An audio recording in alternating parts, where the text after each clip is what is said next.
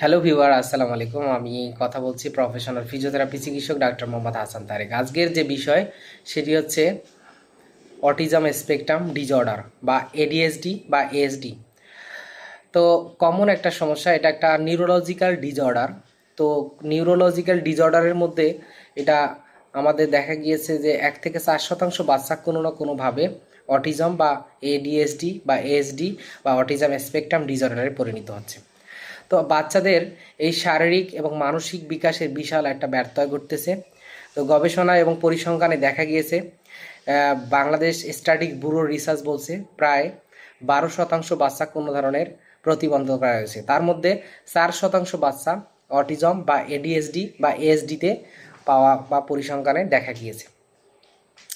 তো এটা বিশেষ করে যাদের অটিজম বাচ্চা রয়েছে তারা নিশ্চয়ই বুঝতে পারে কত ধরনের সমস্যা, তাদের সেন্সরির সমস্যা, কমিউনিকেশনের সমস্যা, স্কিলের সমস্যা, যোগাযোগের সমস্যা, বিহেভিয়ারের সমস্যা। তারা কথা বলতে পারে না, তারা মানুষকে চিনে না, তারা চিমটি দিলে বুঝতে পারে না, তাদের হচ্ছে গিয়ে লং টাইম আমরা বিভিন্ন ধরনের ম্যানিপুলেট করি, তারা বুঝতে পারে না, সামাজিকতা বুঝতে পারে না, অ্যাগ্রেসিভ বিহেভিয়ার, আত্মীয়র সাথে মিশতে চাচ্ছে না, এটা ভাঙতেছে, ওদিক ওদিক যাচ্ছে, তাড়াহুড়ো করতেছে। এই এএসডি বা অটিজম বাচ্চারা আমাদের শুধু দেশের একটা বড় মানে পরিসংখ্যানে দেখাইছে এরা শুধু বোঝায় অনেক বড় বোঝা, আর যাদের বাচ্চা রয়েছে তারাই ভালো বোঝে। আমরা যারা রিসার্চ করেছি বা গবেষণায় দেখা গিয়েছে এরা এত ধরনের বিভিন্ন ধরনের ইন্টারভেনশন রয়েছে যে আমরা যে বিশেষ করে মনে করতেছি যে ABA therapy, group therapy, occupational therapy, physiotherapy, early intervention, inclusive education খুব ভালো ইফেক্টিভ কাজ করে। তারপরেও এটা লং টাইম সময়ের ব্যাপার। সম্মানিত দর্শক, আমি আপনাদেরকে অনুরোধ করব যে এই সব বাচ্চাদের যখন আপনারা বিভিন্ন ধরনের কেন হচ্ছে, বিশেষ করে আমাদের অনেকগুলো রিসার্চ এই স্পেসিফিক কোনো কারণ দেখা যায়নি যে আসলে অটিজম হচ্ছে।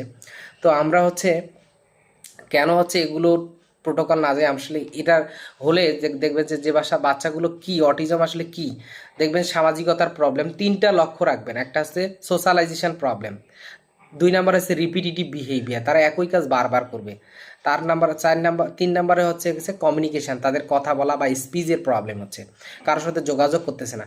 তখনই আপনি আর দেরি না করে একজন শিশু বিশেষজ্ঞ বা নিউরো ডেভেলপমেন্টাল কর্নারে এবং গভর্নমেন্টের যে প্রতিবন্ধী সেবা ও সাহায্য কেন্দ্র রয়েছে এবং আরও যে শিশু বিকাশ কেন্দ্রগুলো রয়েছে সেখানে নিয়ে যেয়ে তার অ্যাসেসমেন্টের মাধ্যমে তখন আপনি early intervention of treatment protocol শুরু করতে পারেন। তখন এই আর্লি ইন্টারভেনশন ট্রিটমেন্ট প্রোটোকলের মধ্যে আমি যেটা মনে করি যে এদের জন্য ইনক্লুসিভ এডুকেশন খুব ভালো একটা ভূমিকা পালন করে। সবচেয়ে ভালো ভূমিকা হচ্ছে 1:1 সার্ভিস। একজন বাচ্চা, একজন টিচার, একজন থেরাপিস্ট, একজন বাচ্চা, তাদের অ্যাসেসমেন্ট করে তাদের ইনক্লুসিভ এডুকেশন প্রোভাইড করে, তাদের সেন্সরি কাজ করে, মোটর ফাংশনে কাজ করে, স্টিমুলেশনের কাজ করে, এডুকেশনের কাজ করে, বিহেভিয়ার কাজ করে, এডিএল অ্যাক্টিভিটিস ডেইলি ও দৈনন্দিন জীবনে যে কাজগুলো করবে সেটার কাজ করে। তাহলে আমরা যদি এই ইনক্লুসিভ এডুকেশান 1:1 সার্ভিসে এই বাচ্চাদের ট্রিটমেন্ট করি এবং ফিজিওথেরাপি, অকুপেশনাল থেরাপি, আদার্স যে রিহ্যাবিলিটেশন সার্ভিসগুলো রয়েছে আমরা তাকে প্রোভাইড করি, আস্তে আস্তে বাচ্চাটা আমাদের নর্মাল স্টিমে, আমাদের নর্মাল যে বাচ্চাগুলো রয়েছে সেই নর্মাল বাচ্চাদের লেভেলে চলে আসতে পারে। শুধু দর্শক, এই বাচ্চাগুলোকে আমরা বিভিন্ন ফকির বা কবিরাজ বা দেখা যাচ্ছে যে এদিক ঝাড়ফুঁক না করে আমরা প্রপারলি একজন প্রফেশনাল কাছে রেফার করব এবং প্রফেশনালরা ডায়াগনোসিস করে তখন আর্লি ইন্টারভেনশনের জন্য কিছু মেডিকেশন, ঔষধ এবং রিহ্যাবিলিটেশন ট্রিটমেন্টের জন্য যে ফিজিওথেরাপি, অকুপেশনাল থেরাপি, আদার যে নিউরো ডেভেলপমেন্টাল যে টিম রয়েছে তারা প্রপারলি অ্যাসেসমেন্টের মাধ্যমে বাচ্চাকে নর্মাল এবং মূল স্টিমে ইনক্লুসিভ এডুকেশনের মাধ্যমে নর্মাল পরিবেশে ফিরে আনা সম্ভব। শুধু দর্শক, আর দেরি না করে আপনাদের বাচ্চাকে এনডিটি কর্নার এবং বিভিন্ন সেবা কেন্দ্রে নিয়ে যেয়ে ফিজিওথেরাপি এবং আদার যে সেবাগুলো নেওয়ার চেষ্টা করবেন। ধন্যবাদ সবাইকে। আসসালামু আলাইকুম।